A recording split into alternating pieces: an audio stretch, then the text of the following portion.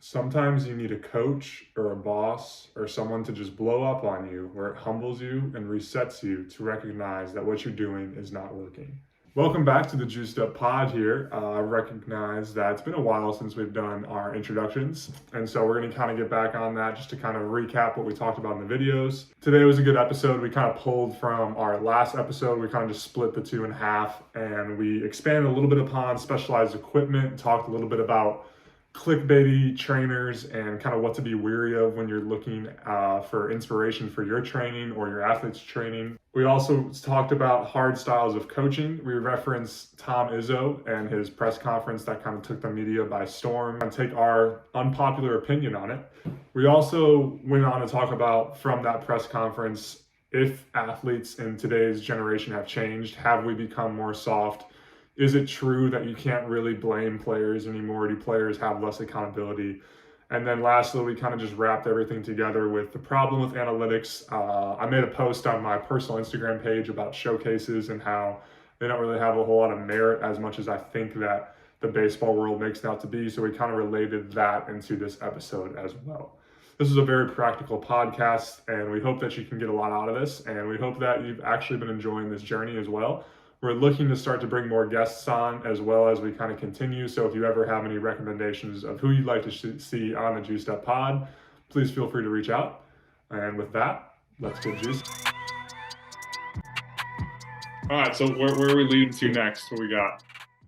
What do we want to dive deep into? I don't know. I mean, the one thing that I wrote down before this is the idea of like the salesman aspect of training. Hmm. That it's like I spend a lot of the downtime on YouTube watching different golf videos and everything. It's like the amount of like fix your swing in 10 minutes. Well, but it's like they keep Bro, teasing you were doing that to me with sending the chipping videos. with the what? When I couldn't chip and you were sending me these like how Oh to yeah. chip in 5 minutes. Well, there's different how to chip, but it's like the ads where it's like you can't skip to like see the part where they actually tell you the formula. But they have Right. this like click thing that tells you it'll fix your swing. And I think like that's one of my biggest pet peeves in training is just this. And I think a lot of training programs like how many times do you hear about like, oh, they're a driveline program, oh, they're a tread athlete, or they're Yeah. fill in the blank, whatever, not calling anyone out, just name examples, but it's like when you kind of narrow your mindset or you narrow the like this is the proper way to do it, I just think it makes it so easy to just become ignorant of what's really driving the increases and to just say that if there is a product that is making somebody great or that makes it that easy, A, you should be charging a lot more money. Like, why are you trying to give me some special sale on it or Mhm. trying to really like at a certain point, like if I see it works, I'll do it. If it's that easy, then everyone's gonna do it. Me and my buddy talked about this one time, and it's like if there was a perfect exercise or a perfect program or a perfect drill to fix your golf swing, Yeah. everyone would be doing it Right. and everyone would have success. And Yeah. honestly, that's an ignorant thing to say because there's a ton that goes more into sports or just life in general or whatever you're trying to achieve. Like there's the physical side of things, obviously, and then there's the whole mental side of things. But that kind of goes to your point. It's like if it's really that good, why do you have to push it so hard? Like shouldn't the results should just speak for themselves. Like I feel like there's probably so many good just training programs out there or just trainers that just don't give a dang to market themselves. Right. And it's like we don't even know about those people. Like there could be like a 10 times better throwing program than Tread out there that just they don't really care to market themselves and they maybe are working with the best athletes in the world and no one really even knows that. I mean I'm not saying that's true, but it's Well, all I mean, like if you get the results, why do you even have to market that hard? yeah. Well, I mean, I think, and that's another kind of point of like annoyance that I have is like when you have to sell based on this worked for such an athlete or a high caliber athlete. So basically, if you do it, it's going to work for you too. I just think those are both such misleading Very ways. misleading. And It's yeah, like when travel baseball teams like highlight their alumni and 95% yeah, didn't even play for them. right. It's like they played one weekend and they're all of a sudden the alumni. Yeah, like I mean, I think it's one thing if you're like working with like a D1 college athlete or you're working with like a pro player and you're like showing different videos of like everyone training and like you're just kind of showing like this is day in the life, this is what we're doing, more for like educational purposes, like Yeah, in the same way that you're showcasing all of your athletes. Like I think dude, I that can't like I've just stopped. I've just started like muting and like unfollowing people on social media. That's just like their whole page is just a sales tactic. yeah. Mhm. And it's like that's not even what social media is supposed to be. Like social media is supposed to educate. There should never be driving of sales. Like Right. sure, like if people like that stuff, they're gonna obviously reach out to you and buy your Yeah. program. But like if you're forcing something down there, like that's not people are going on social media to just get educated. They're not going out there to buy stuff. Right. And it's just like that, it's like that disconnect. It's like I feel like people use social media obviously to try to grow your brand and like grow who you are, get your name out there.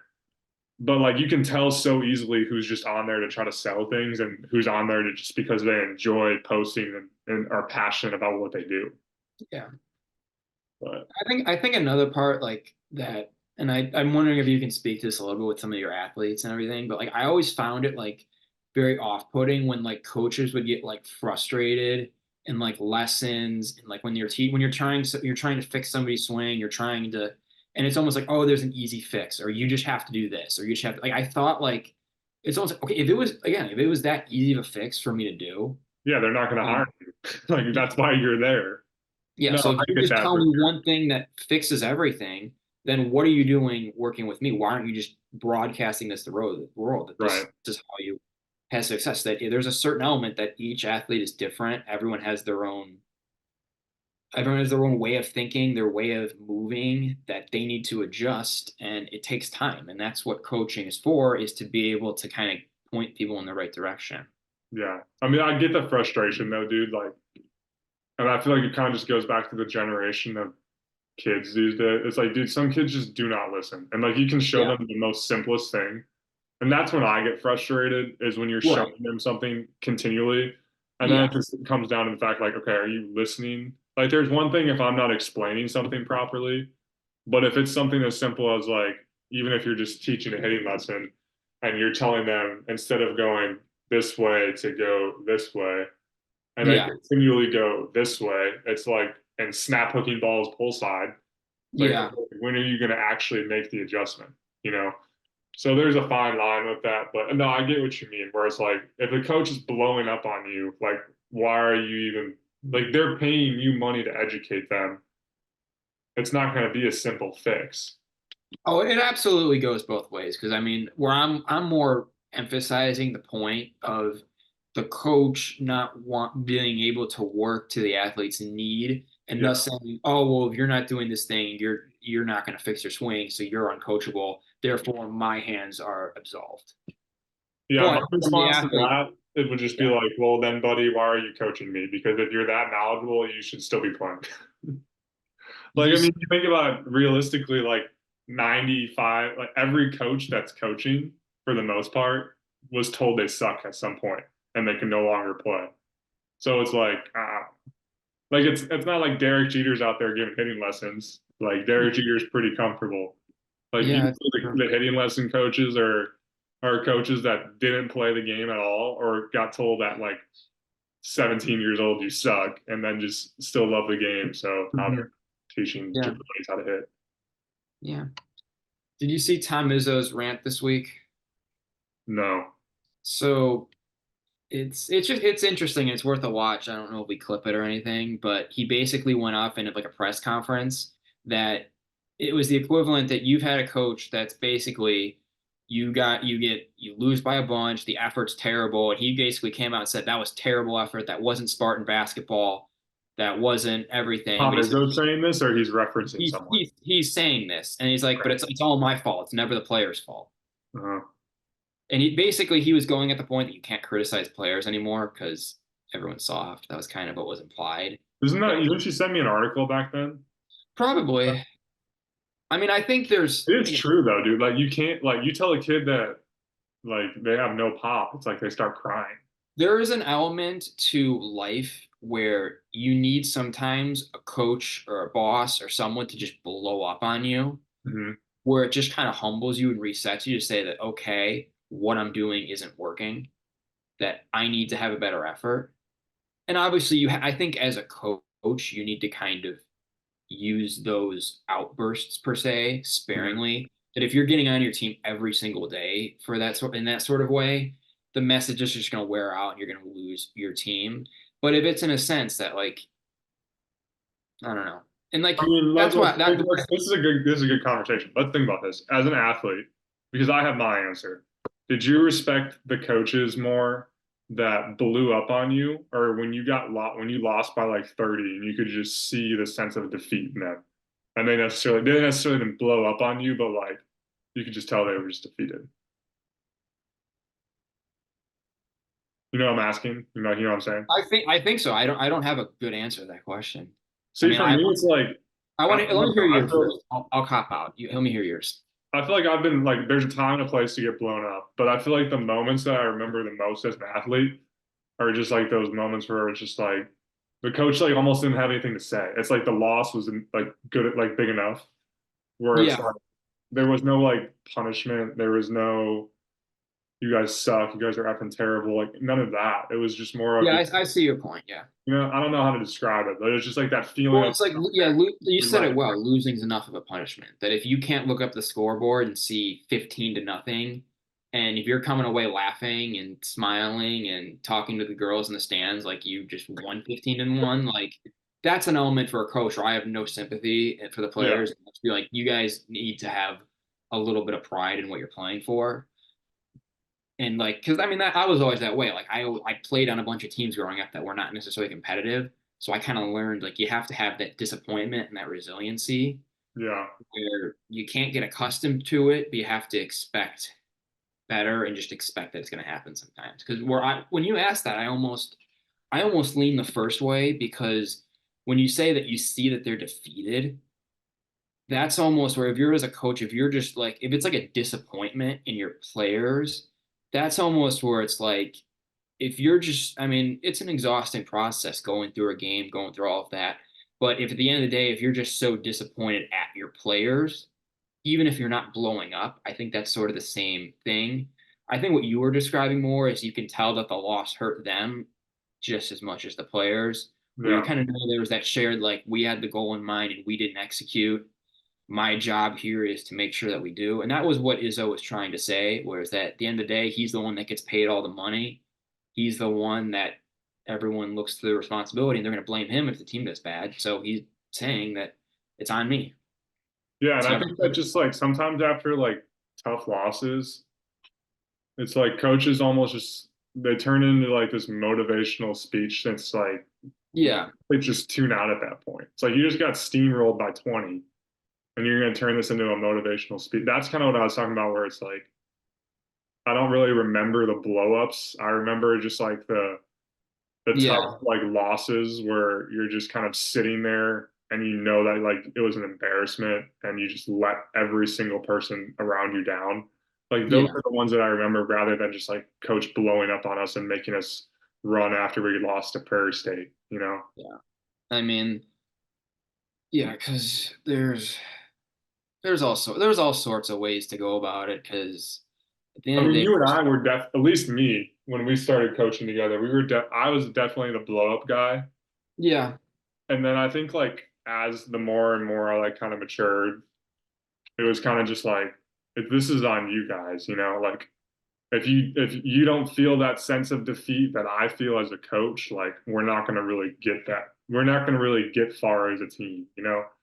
and unfortunately, I do think that that is kind of a shared issue. Like, I think the main thing too that like you look at in a pro season, I mean, maybe exclude football because it's such a short season, but like baseball, basketball, hockey, like there's 80 to 160 games or whatever. It's like you can't get caught up in every win and loss. No, You have to almost kind of sympathize with the players and just expect that at that level that everyone kind of has that urgency. I mean, if you really think about it, the college sports, they're such short seasons and you're really spending the whole year preparing for 3 months maybe.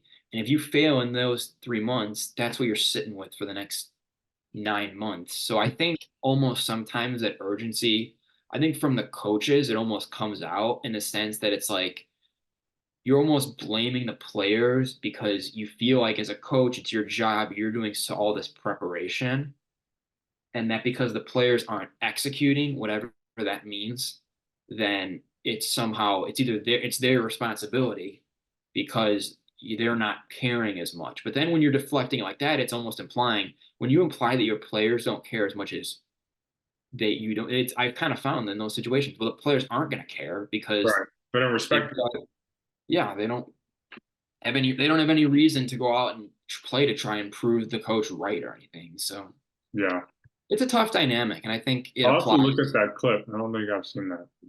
Yeah, no, I mean, I think you definitely link it just because the only other thing I didn't like too is that I don't know what he said behind to his team or whatever because I think they lost a Big Ten game to Northwestern. There's a lot. They're going to lose a lot of games in college basketball, but why are you going to the media and criticizing your players like that? Are you Right. trying No, to dude, just that's what I don't like because then players? it's almost like it becomes like what's your motive? Like, are you Yeah, actually upset with your team, or do you just want to like again kind of like show yourself off as the coach? yeah. I mean, I have there's a no. question. Yeah, go on. What are your thoughts on post game like huddles or chats about the game? I never liked anything. Or even just like post game like practice or post training sessions like where you're talking with your athletes and like you break it down and all that. What do you mean? Just like the one, two, three team sort of thing, or like Yeah, just like the whole like why do we have to do that? yeah, Like can't we just I leave?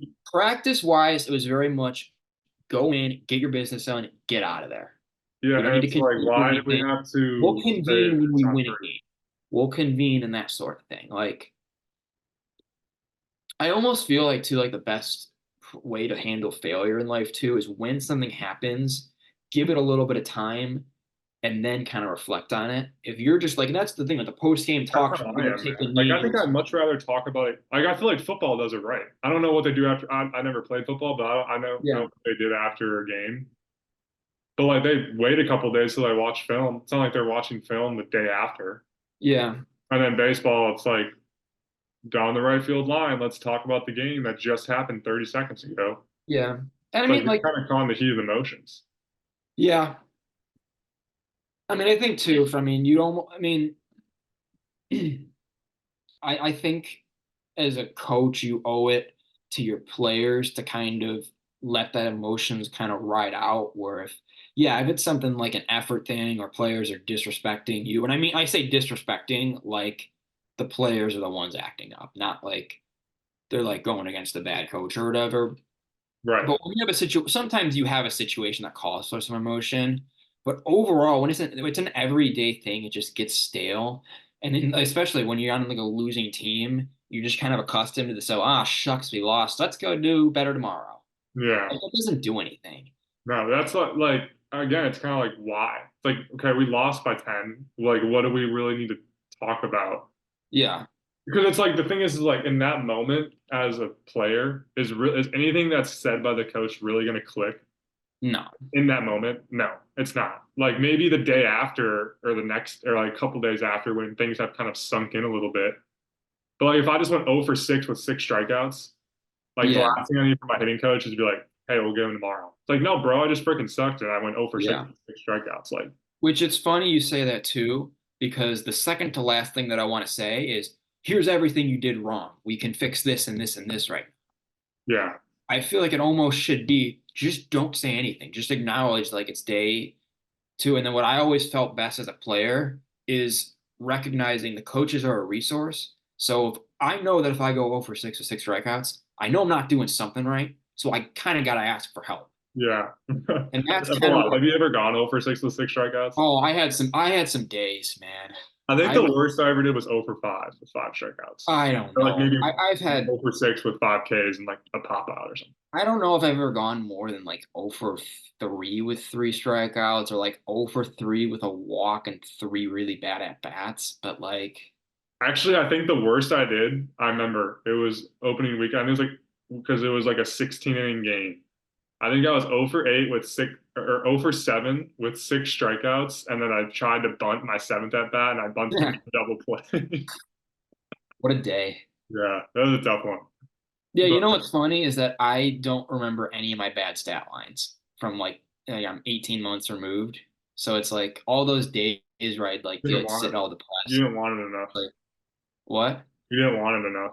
I guess I didn't. But like at the end, I think too, it's like in the moment, like with how negative I was, it's like I remember the days where I launched a ball over the center field fence or whatever, but I don't remember the Heck, days if where that ever happened. what? It happened a couple of times. I ran into No, a few. we'll clip Ran it. into a few.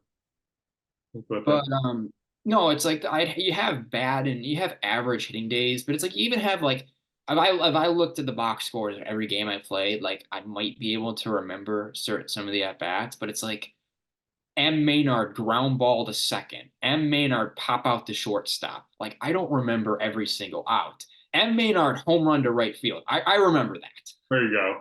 I didn't hit enough of those where I can be like Prince Fielder and just I don't remember the 41st home run. But like yeah, there's and that's the thing too, like because when you're having that emotional reaction after the fact, are your players really going to remember the final score, their performance in the game? No, If you want them to, you can blow up, but you're running the risk that they don't remember for the right reasons. right. Yeah. Interesting. Yeah, that was a good one. Yeah. What do you got going on for the snow weekend? I don't know. Probably same old work, hanging out. Just You gonna go sledding in Springfield? if I can find a place. It's a little flat around here. Not too many mountains. It's not. What would It's you not. say the most underrated place in the Midwest is? Ooh. Probably our closer. Under what do we consider the Midwest? Can I stay Steubenville, Ohio? Is that too far east? I might be pushing it. I'd say like stay with like Michigan, Wisconsin, Iowa. I mean, I don't. Illinois. I mean, as a city, I like aspects of St. Louis and Milwaukee because they're parts of Chicago, but Okay. without not as busy. I mean, I don't know. What are we Say going Dubuque, for? Iowa. Where? Dubuque, Iowa. Okay. I was How about thereabouts? I thought Galena, so kind of Yeah, similar. Galena's cool. Yeah. I've never been, but we've driven through now twice. Yeah. I haven't been to Dubuque. I've only been to Galena, but Cool little town. yeah, I Um, mean it's it's definitely like a different place. I've heard Milwaukee's cool. I think I've gone there once maybe when I was younger. Yeah, I'm trying to think, put on the spot Midwest. I mean, like I'm trying to think like I don't know where I haven't been aside from like for baseball tournaments. I mean, like Indianapolis, I have never really been there. Like there's Indiana might be worse than Illinois. yeah, I mean Illinois, it's just like you got pockets of like you got Peoria, you got Rockford, you got all these different things, but it's like there's really no like underlying like similarities or like places that stand out, especially like Right. It's you got Chicago, you got all these other pockets. But yeah, and I know that Galena, Dubuque, that whole region up there, it's like pretty cool. it is a very and that's actually too when I've driven down just Route 20, it's like you actually start to get into like some hills and Yeah. It just feels like like different. yeah. It almost feels like I don't know, like parts of Tennessee, I guess. Yeah. You get the hills and whatnot, but Yeah. I like Tennessee from my exposure to Tennessee, which is yeah. limited. But Yeah. but yeah. All right, man. Well, stay safe out there this weekend. Yeah, everyone stay cold or don't stay cold. Stay warm. Don't Uh set your thermostat to 77. Yeah, don't set your something's gonna go out and you're gonna go from 77 to 43 pretty quickly. So But yeah. uh, but yeah, appreciate you all for tuning in. Yeah. Easy. See you next time. Stay juicy.